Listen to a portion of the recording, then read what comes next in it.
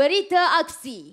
Menurut Pertubuhan Kesihatan Dunia, depresi, gangguan emosi dengan kemurungan dan kelalaian serta kesedihan yang berpanjangan, putus harapan serta merasa diri tidak bererti dalam kehidupan. Inilah penyakit mental, penyakit tertinggi dalam kalangan dunia dan mempengaruhi 300 juta orang di dunia. Bahkan di Malaysia, menurut Kementerian Kesihatan Malaysia, sebanyak kes 24,139 semenjak tahun 2022, 1 daripada 3 orang menghidapi depresi dengan prevalence tertinggi dalam masyarakat berpendapatan rendah B40. Sekian berita aksi, kembali lagi selepas ini.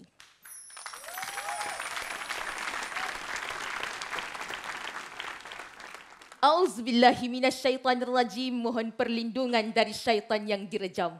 Buat komentator, juri dan sahabat aksi, salam mahabbah dari Malaysia. Assalamualaikum warahmatullahi wabarakatuh.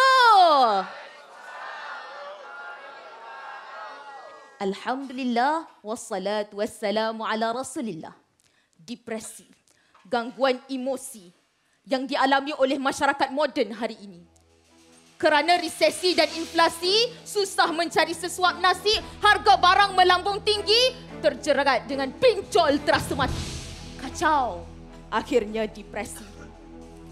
Urbanisasi, duduk dalam kota besar, kemacetan kepadatan dengan penduduk tinggi.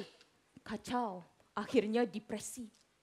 Konflik keluarga pusing, berantam dengan teman sekantor pening. Jadi orang ketiga, kepala pun naik angin.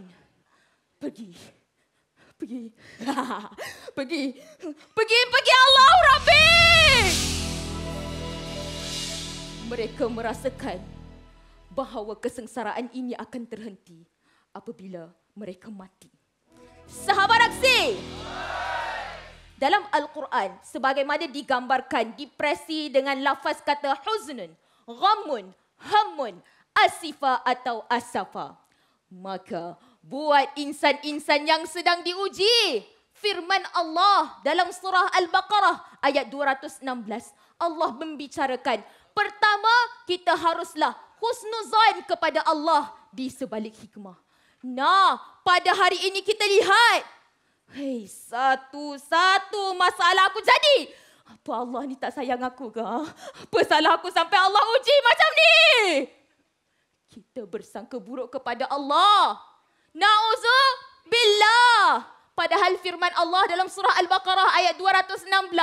Boleh jadi sesuatu yang kamu benci adalah baik bagi kamu. Dan boleh jadi sesuatu yang kamu suka adalah buruk bagi kamu. Wallahu ya'lamu wa antum la ta'lamun. Allah mengetahui apa yang kamu tidak ketahui. Dalam sebuah hadis qudsi, Allah berfirman, aku mengkehendaki pada sangkaan hamba-Ku. Sangkaannya baik akan mendapat kebaikan.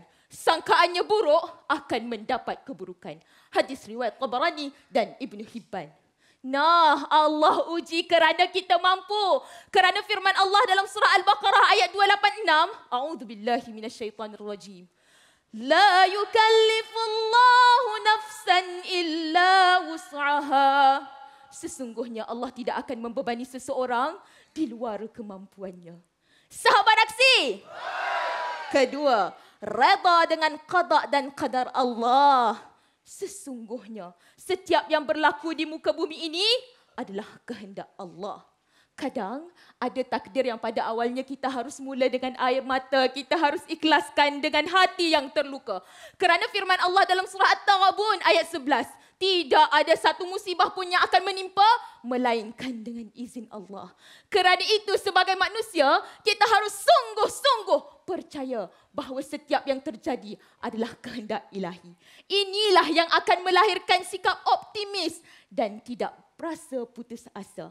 Kerana firman Allah dalam surah Yusuf ayat 87. A'udzubillahi minasyaitanirrajim. Wala tayasu min rauhillah. Janganlah kamu berputus asa pada rahmat Allah.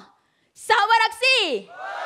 Nah, Islam mengajar kita banyak intervensi psikologi. Di antaranya faith healing, yakni zikir dan doa sebagai terapi ketenangan. Firman Allah Dalam surah Ar-Ra'd ayat 28. A'udzubillahi minasyaitonirrajim. Ala bidzikrillahi tatma'innul qulub. Sentiasalah mengingati Allah, hati kamu akan tenteram. Nah, zikir dengan salat, zikir dalam Al-Quran. Kalau tak, zikir dengan hasbi rabbi. Jallallah ma fi qalbi. Ghairullah Nur Muhammad. Sallallahu la ilaha illallah. Nah, selain itu kita kena berikhtiar untuk berubah. Kerana firman Allah dalam surah Ar-Ra'd ayat 11. Sesungguhnya Allah tidak akan merubah sesuatu kaum, melainkan kaum itu merubah kehidupannya sendiri. Nah, kalau kita kurang percaya pada diri, akhirnya inferiori, ubah. Kalau kita asyik gengsi, akhirnya menyiksa diri, ubah. Kalau duduk dalam lingkungan negatif, toxic friendship, juga ubah. Ubah. Kerana kita boleh lakukan. Because it's all about your mind. Saya Raisyah dari Malaysia. Assalamualaikum warahmatullahi wabarakatuh. Waalaikumsalam warahmatullahi wabarakatuh. Masya Allah.